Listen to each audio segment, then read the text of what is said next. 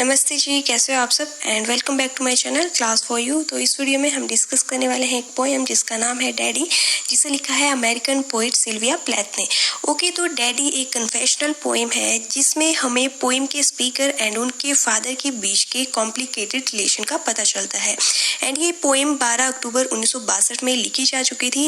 Actually Sylvia ने अपने death से लगभग 4 मंथ पहले ये पोएम लिख ली थी, लेकिन ये पोएम सिल्विया की डेथ के बाद 1965 में पब्लिश करवाई गई थी एंड इसे एरियल में पब्लिश किया गया था। ओके, तो इस पोएम की समरी डिस्कस करने से पहले मैं आपको सिल्विया प्लैथ का बायोग्राफिकल बैकग्राउंड बता देती हूँ।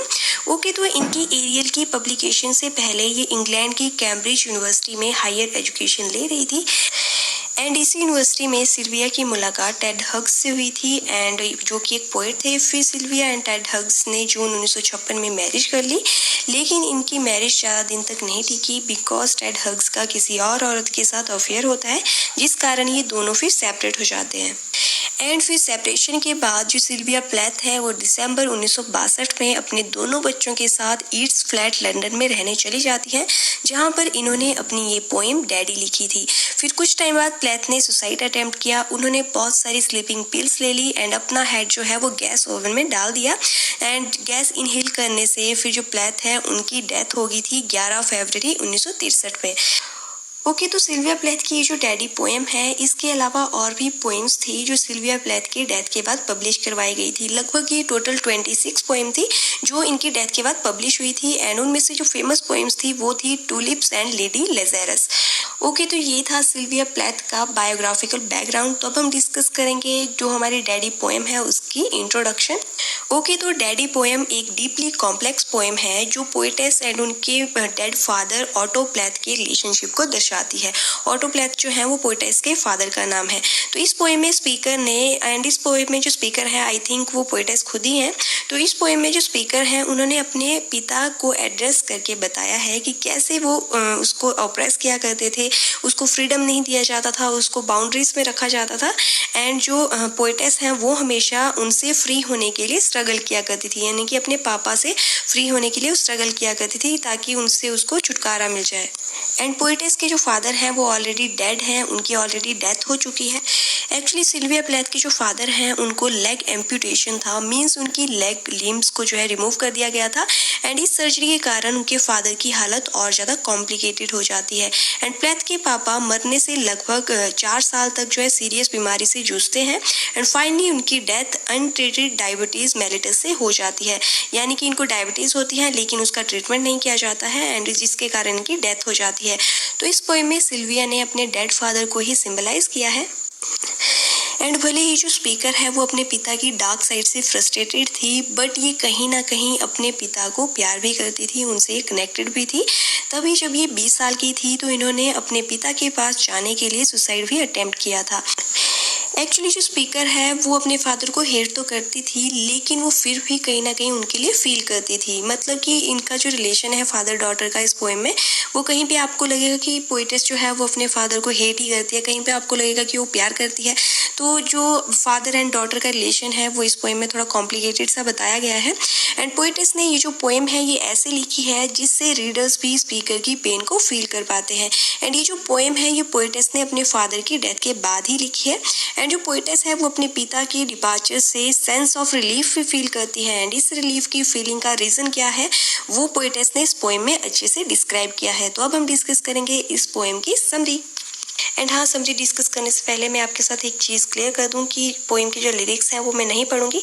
आप लोग वीडियो पॉज करके पोएम के लिरिक्स पहले खुद रीड आउट कर लेना, फिर उसके बाद जैसे मैं आपको समरी बताऊंगी इन स्टेंजास की तो आप इजीली मतलब कैप्चर कर पाओगे कि मैं क्या बोल रही हूँ। एंड अगर मैं लिरिक्स पढ़ूंगी तो उससे जो वीडियो है बहुत ज़्यादा लेंथी हो जाती है, तो मैं लिरिक्स पढ़ना अवॉइड ही करती हूँ। ओके, तो वीडियो स्टार्ट करते हैं हमारे फर्स्ट स्टेंजा की समरी से। तो हमारा जो फर्स्ट स्टेंजा है वो है यू डू नॉट से लेकर फ्रांसिस्को सील तक। तो स्टार्ट करते हैं। ओके, तो पोएम के फर्स्ट स्टैंजा में स्पीकर ने पोएम को उन सर्कमस्टांसेस से शुरू किया है जिनसे वो गुजरी है। स्पीकर कहती है कि वो एंड उसके फादर एक दूसरे के लिए एडिक्वेट नहीं है, एंड इस स्टैंजा में स्पीकर ने खुद को एक फुट के साथ कंपेयर किया है जो ब्लैक डार्क शू के अंदर जो है कैद रहता है। तो एक्चुअली यहाँ पर स्पीकर ने इनडायरेक्टली ब्लैक शू जो है वो अपने पिता को कहा है, जिसके अंडर वो मतलब रही है, जिनके ऑपरेशन में, जिनकी बाउंड्रीज में उसने कई सालों तक अपनी लाइफ स्पेंड की है। तो स्पीकर बताती है कि वो ऐसे ही लगभग 30 सालों तक कैद रही है, एंड वो ऐसे ही सफोकेटेड डार्कनेस में ही जी रही थी, एंड उसकी जो लाइफ थी उसमें कोई कलर नहीं था, कोई एक्साइटमेंट नहीं थी। इवन उसके जो फादर हैं वो उसको डे लाइट देखने तक के लिए अलाउ नहीं किया करते थे, मतलब कि उसको जो सनलाइट थी उसे भी देखने के लिए अलाउ नहीं किया जाता था। इवन वो अपने फादर से इतना डरती थी कि उसे छींक मारने तक का भी साहस नहीं होता था। एंड इसके बाद आगे स्पीकर अपने फादर को पॉइंट आउट करते हुए कहती है कि उसे खुद उन्हें अपने हाथों से मारना था, यानी कि उसे खुद अपने पापा को अपने हाथों से मारना था, बट उसे ऐसा करने का मौका नहीं मिला बिकॉज उसके पापा उसके ऐसा करने से पहले ही ऑलरेडी मर चुके हैं। एंड आगे पोएम में स्पीकर ने अपने फादर की डेड बॉडी को एक हैवी मार्बल स्टैचू के साथ कंपेयर किया है, यानी कि उनको एक हैवी मार्बल स्टैचू कहा है जो कि काफ़ी ज़्यादा हॉरिफाइंग है, जिसकी टो जो है वो सैन फ्रांसिस्को सील के जैसे बड़ी एंड ग्रे कलर की है। तो यहाँ पर उसने कंपैरिजन किया है अपने फादर की डेड बॉडी को एक हैवी मार्बल स्टैचू के साथ। ओके, तो ये थी हमारी फर्स्ट स्टैंजा की समरी। तो अब हम डिस्कस करेंगे हमारी सेकंड स्टैंजा की समरी। ओके, तो सेकंड स्टैंजा में पोएटेस ने अपने फादर की इमेज को एज अ ह्यूज स्टैचू ही कंटिन्यू किया है। स्पीकर बताती हैं कि उसके डैडी की स्टैचू का जो हेड है वो अटलांटिक ओशन के ब्लू ग्रीन वाटर में है, जो कि ब्यूटीफुल तटीय शहर के नज़दीक है। एंड आगे स्पीकर अपने डेड फादर से कहती है कि मैं चाहती थी कि आप ठीक हो जाओ, मैं आपके लिए प्रे करती थी। एंड आगे यहाँ पर जर्मन लैंग्वेज में उन्होंने कहा है ओह यू। एक्चुअली जो स्पीकर के फादर है वो जर्मन इमिग्रेंट थे, तो यहाँ पर स्पीकर ने जर्मन लैंग्वेज का यूज किया है। एंड आगे स्पीकर जर्मन लैंग्वेज में कहती है कि पोलैंड के एक टाउन को एंडलेस वॉर्स ने टोटली डिस्ट्रॉय कर दिया, मीन्स वॉर के रोलर्स ने उसको टोटली तहस नहस कर दिया। एंड जो स्पीकर है उसको पता है कि उसके फादर जो है वो एक पॉलिश टाउन से बिलोंग करते थे। तो पोएटेस आगे कहती है कि उसकी एक फ्रेंड है, पॉलिश फ्रेंड, जिसने उसे बताया है कि वहाँ पर सेम नेम के वहाँ पर बहुत सारे टाउन हैं, यानी कि उसके पापा का जो टाउन है एंड उसके पापा के टाउन का जो नाम है वो काफ़ी ज़्यादा कॉमन है, तो वहाँ पर वैसे बहुत सारे टाउन्स हैं। एंड ये जो पॉलिश टाउन है ये नाम काफ़ी ज़्यादा कॉमन है। तो पोएटेस जो है वो अपने फादर के टाउन को ढूंढ नहीं पा रही है। एंड पोएटेस फिर से अपने डेड फादर से कहती है कि मैं नहीं जानती कि आप कौन से टाउन में रहते थे एंड आपका कौन सा टाउन था, मैं नहीं जान पा रही हूँ। एंड आगे वो कहती है कि वो कभी खुलकर अपने फादर से बात ही नहीं कर पाई, कि वो कभी एग्जैक्टली उनसे पूछ सके कि वो कहाँ से आए थे। उसने कभी उनसे उतने खुल के बात ही नहीं की, एंड वो ओपनली अपने फादर से कभी पूछ ही नहीं पाई कि उनकी जड़ें कहाँ पर हैं, उनका टाउन कौन सा था। एंड जो पोएटेस है वो बताती है कि वो अपने फादर से बात कर नहीं पाती थी बिकॉज उसे ऐसा लगता था जैसे कि उसकी टंग जो है वो जबड़े में फंस चुकी है, मतलब कि वो बात ही नहीं कर पाती थी, उसकी ज़ुबान ही नहीं खुलती थी अपने फादर के आगे, वो इतना डरती थी अपने फादर से। तो ये थी हमारी सेकंड स्टैंजा की समरी। तो अब हम डिस्कस करेंगे थर्ड स्टैंजा की समरी। एंड हाँ, जैसे कि मैंने आपको पहले भी कहा है कि आप वीडियो पॉज करके पहले लिरिक्स को एक बार पढ़ लेना, उसके बाद आप मेरी समरी सुनना, तो आपको ज़्यादा हेल्पफुल रहेगा ये चीज़, ठीक है। ओके, तो इस स्टैंजा में स्पीकर बताती हैं कि जब भी वो अपने फादर से बात करने की कोशिश करती थी तो उसे ऐसा लगता था जैसे उसकी जीभ जो है वो किसी कांटेदार तार से बने जाल में फंस गई हो। एंड इसके बाद स्पीकर ने जर्मन भाषा में जो है आई कहा है, जो कि डेमोन्स्ट्रेट करता है कि वो जो स्पीकर है वो बताना चाह रही है, अपनी फीलिंग को एक्सप्रेस करना चाह रही है कि कैसा फील होता है जब कोई इंसान जो है वो खुलकर अपने थॉट्स को एक्सप्रेस नहीं कर पाता है, वो खुलकर बात नहीं कर पाता है, तो वो चीज़ कैसे फील करवाती है। एंड इसके बाद आगे स्पीकर बताती है कि वो जर्मन लैंग्वेज को ऑफेंसिव एंड डिस्गस्टिंग लैंग्वेज मानती है। एंड स्पीकर को लगता है कि हर जर्मन आदमी जो है वो उसका फादर है, मीन्स उसके फादर जैसा ही डिस्गस्टिंग है। तो ऐसा कहकर जो स्पीकर है वो यहाँ पर बताना चाह रही है कि वो अपने फादर को भी अननोन पर्सन ही मानती है, मीन्स वो नहीं मानती है कि वो उनके फैमिलियर है या वो उनको अपने क्लोज नहीं मानती है। तो इसलिए वो कहती है कि हर जर्मन को वो अपना फादर मानती है, जो अननोन है उनको भी अपना फादर ही मानती है। तो एक तरह से वो यहाँ पर स्पीकर बताना चाह रही है कि उसके फादर एंड उसके बीच में कोई क्लोज रिलेशन ही नहीं है, वो फैमिलियर ही नहीं है एक दूसरे से। तो इसके बाद आगे स्पीकर ने जर्मन लैंग्वेज को पॉइंट आउट करते हुए कहा है कि ये जो लैंग्वेज है ये एक ट्रेन के इंजन के जैसे है, वो ट्रेन जो छुक छुक आवाज़ करके उसे ज्यू के जैसे ही कंसंट्रेशन कैंप में लेकर जा रही है। एक्चुअली जो स्पीकर है वो यहाँ पर खुद को ज्यू के साथ कंपेयर करती है, बिकॉज उसने वो ऑपरेशन फील किया होता है जो कि ज्यू ने भी किया था। तो ये यहाँ पर खुद को एज अ ज्यू ही कंसीडर करती है, यानी कि खुद को ज्यू ही मानती है। इसको लगता है कि मैं ज्यू ही हूँ एंड मैं ज्यू की तरह ही सोच रही हूँ एंड मैं उनकी तरह ही बात कर रही हूँ। तो आगे जो स्पीकर है वो खुद को अभी भी ट्रेन में ही इमेजिन कर रही है एंड ये डिस्क्राइब करती है कि टायरोल माउंटेन की जो स्नो है एंड वियना की बियर जो है वो अब क्लियर नहीं है, प्योर नहीं है, ट्रू नहीं रही है। एंड आगे स्पीकर जो है वो उन चीज़ों को एड्रेस करती है जो उसे ज्यूश बना सकती हैं, जैसे उसकी रोमानी एंसेस्ट्री, उसका strange luck and tarot cards. Okay, तो ये थी हमारी थर्ड स्टेंजा की समरी। तो अब हम डिस्कस करेंगे हमारा फोर्थ स्टेंजा। तो इस स्टेंजा में पोएटेस बताती है कि वो हमेशा अपने पिता से डरती रही है एंड यहाँ पर वो अपने फादर का कंपैरिजन जर्मन एयरफोर्स से करती है, जो पहले वर्ड्स तो बहुत ज़्यादा इंप्रेसिव बोलते हैं बट वो नॉनसेंस होते हैं। एंड आगे स्पीकर अपने फादर की मुस्टैश एंड उनकी ब्लू आयरन आइज को डिस्क्राइब करती हैं कि उनकी जो पर्सनैलिटी है, यानी कि उसके जो फादर की पर्सनैलिटी है वो उनको जर्मन बनाती है जैसे कि हिटलर की थी। तो यहाँ पर वो बोलना चाह रही है कि उसके फादर की पर्सनैलिटी भी बिल्कुल हिटलर के जैसी है, क्योंकि हिटलर भी जर्मन था। एंड आगे जो पोएटेस है वो अपने फादर को जर्मन मिलिट्री के टैंकर मैन की तरह बताती है जो कि वर्ल्ड वॉर 2 में यूज हुए थे। तो आगे जो स्पीकर है वो अपने फादर को डिस्क्राइब करते हुए कहती है कि वो कोई गॉड नहीं है, बल्कि वो एक जायंट ब्लैक स्वास्तिक है जिसने एंटायर स्काई को कवर करके रखा है। एक्चुअली जो स्वास्तिक है वो जर्मन नाजी शासन का प्रतीक माना जाता है, जिसे नेगेटिव माना जाता है एंड इसे एक इविल गॉड माना जाता है। एक्चुअली यहाँ पर जो स्पीकर हैं वो मेटाफोरिकली अपने फादर को एक तरह से कंपेयर कर रही है नाजी सोल्जर्स के साथ। नाजी वो थे जिन्होंने जूइश को जो है प्रिजनर बनाया था। तो यहाँ पर पोएटेस जो है वो खुद को जूइश समझती है एंड अपने फादर को नाजी कहती है। जैसे कि जो जूइश थे वो नाजी सोल्जर्स से डरते थे, वैसे ही स्पीकर जो है वो अपने फादर से डरती है। तो इसीलिए उसने अपने फादर को यहाँ पर स्वास्तिक कहा है, जिनसे वो डरती है, क्योंकि नाजी जो है उनको जो है उनका सिंबल होता है स्वास्तिक। एंड आगे स्पीकर अपने फादर से कहती है कि सभी वुमेन जो हैं वो फासिस्ट को ही पसंद करती हैं, जो कि उसके फादर के जैसे ब्रूटल होते हैं, जिनका मॉन्स्टर जैसा हर्ट होता है, वैसे फासिस्ट को औरतें पसंद करती हैं।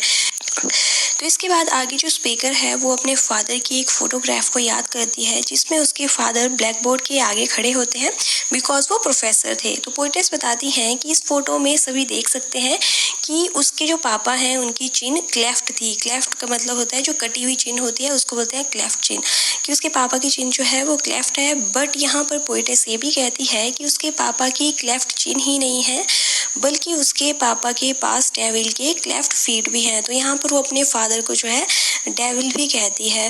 तो ये थी हमारी फोर्थ स्टेंजा की समरी। तो अब हम डिस्कस करेंगे फिफ्थ स्टेंजा। तो इस स्टेंजा में स्पीकर कहती है कि उनके फादर एक डेविल ही हैं, जिन्होंने एक विक्ड मैन के जैसे, यानी कि एक दुष्ट आदमी के जैसे स्पीकर के पैशनेट हर्ट को पीसेस में फाड़ डाला है। कि स्पीकर का जो प्रीटी रेड हर्ट था, जिसमें पैशन से जो भरा हुआ हर्ट था, उसको पीसेस में फाड़ डाला। एंड आगे स्पीकर कहती है कि मैं 10 साल की थी जब मेरे फादर की डेथ हुई थी एंड जब मैं 20 साल की थी तो मैंने सुसाइड करने की कोशिश की थी ताकि मैं फिर से फादर से मिल पाऊँ। तो स्पीकर यहाँ पर बताती है कि उसके लिए अपने फादर के साथ दफन होना भी काफ़ी था, यानी कि अगर वो मर जाती तो उसको उसके फादर के साथ दफन कर देते, तो वो मतलब उस मीटिंग को भी वो अच्छा मानती है कि अगर उन दोनों की ग्रेव्स भी साथ में है तो उस चीज़ को भी वो इनफ मानती है। एंड फिर आगे स्पीकर कहती है कि उसने तो सुसाइड करना चाहा बट लोगों ने उसे बचा लिया एंड उसका ये जो सुसाइड अटेम्प्ट था ये अनसक्सेसफुल रहा। एंड स्पीकर कहती है कि उसे जीने के लिए, रिकवर होने के लिए लोगों द्वारा फोर्स किया गया एंड इसका ये प्लान तो फेल हो गया। तो इसके लिए स्पीकर ने एक और प्लान बनाया। स्पीकर जो थी उसने सोचा कि वो ऐसे इंसान के साथ शादी करेगी जो कि बिल्कुल उसके फादर के जैसे होगा, जो कि उसको बार बार उसके फादर को फिर रिमाइंड करवाएगा, यानी कि अपने फादर की तरह ही वो किसी ब्रूटल इंसान से शादी करेगी, बिकॉज वो मर तो नहीं पा रही है, तो अपने फादर के पास वो जा नहीं पा रही है, लोग उसे सुसाइड करने नहीं दे रहे हैं, तो ये उसने दूसरा तरीका अपनाया अपने फादर से कनेक्ट करने का कि वो अपने फादर के जैसे ही किसी इंसान से शादी करेगी। क्योंकि जैसा कि स्पीकर ने पहले भी बताया था कि जो वुमेन है उनको ब्रूटल मैन पसंद आते हैं, तो यहाँ पर वो खुद को भी उन्हीं वुमेन में काउंट कर रही है कि उसे भी ब्रूटल लोग ही पसंद आते हैं, इसलिए वो अपने फादर के जैसे ही ब्रूटल पर्सन से शादी करेगी। एंड इसके बाद जो स्पीकर है वो कहती है कि फाइनली उसे अपने फादर का मॉडल मिल ही गया, एक आदमी जो ब्लैक कपड़ों में है, जो कि बिल्कुल उसके फादर के जैसे ब्रूटल है, हिटलर के जैसे है।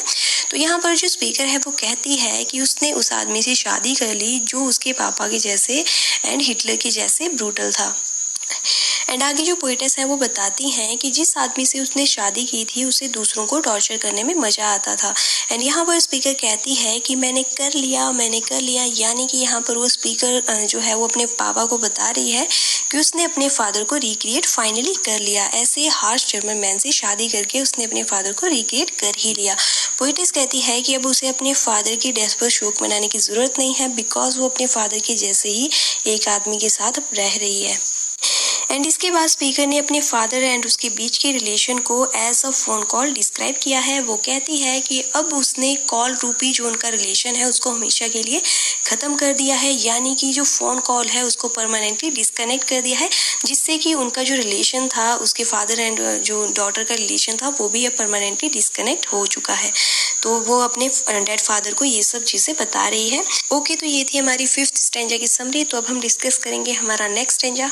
तो इस स्टैंजा में स्पीकर ने रीडर्स को फिर से रिमाइंड करवाया है कि जैसा कि उसने पीछे भी क्लेम किया था कि वो अपने फादर को मारना चाहती थी, लेकिन उसके फादर उसके मारने से पहले ही मर गए थे। तो इस स्टैंजा में जो पोइटेस है उसने अपने पिता की डेथ की रिस्पॉन्सिबिलिटी अपने ऊपर ली है एंड कहती है कि अगर उसने एक आदमी को मारा है तो उसने 2 को मारा है। एक्चुअली वो यहाँ पर सेकंड मैन जो है वो अपने हस्बैंड को रेफर कर रही है एंड ये अपने हस्बैंड को एक वैम्पायर बताती है जो कि उसके पिता के जैसा है, जिसने उसका 7 सालों तक खून चूसा। एंड आगे स्पीकर रिवील करती है कि हालांकि उसके फादर मर चुके हैं, बट वो भी वैम्पायर के जैसे ही थे जो उसको टॉर्चर किया करते थे एंड उसको टॉर्चर करने के लिए ही जी रहे थे। एंड स्पीकर यहाँ पर क्लेम करती है कि उसने अपने फादर को वैसे ही मारा है जैसे कि एक वैम्पायर को मारा जाना चाहिए।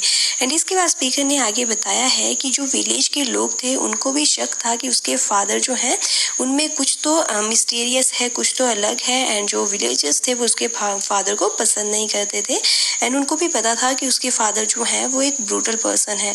एंड स्पीकर जो है वो अपने डेड फादर को कहती है कि इसीलिए जो विलेजर्स थे वो आपकी डेथ के बाद जो है आपकी ग्रेव के पास डांस करते हैं, बिकॉज उनको भी पता था कि आप गंदे इंसान थे। एंड फिर लास्ट में जो स्पीकर है वो अपने फादर को बास्टर्ड कहती है, यानी कि घटिया इंसान कहती है।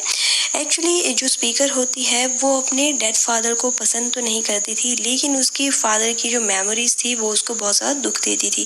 स्पीकर ये जानते हुए भी कि उसका फादर एक ब्रूटल पर्सन था, वो कहीं ना कहीं अपने फादर को जो है भूल नहीं पा रही थी, वो मूव ऑन नहीं कर पा रही थी एंड वो अपने फादर को पसंद नहीं करती थी। उसको पता था उसके फादर क्रूअल है, ब्रूटल है, लेकिन फिर भी वो कहीं ना कहीं अपने फादर को जो है डीपली प्यार भी करती थी।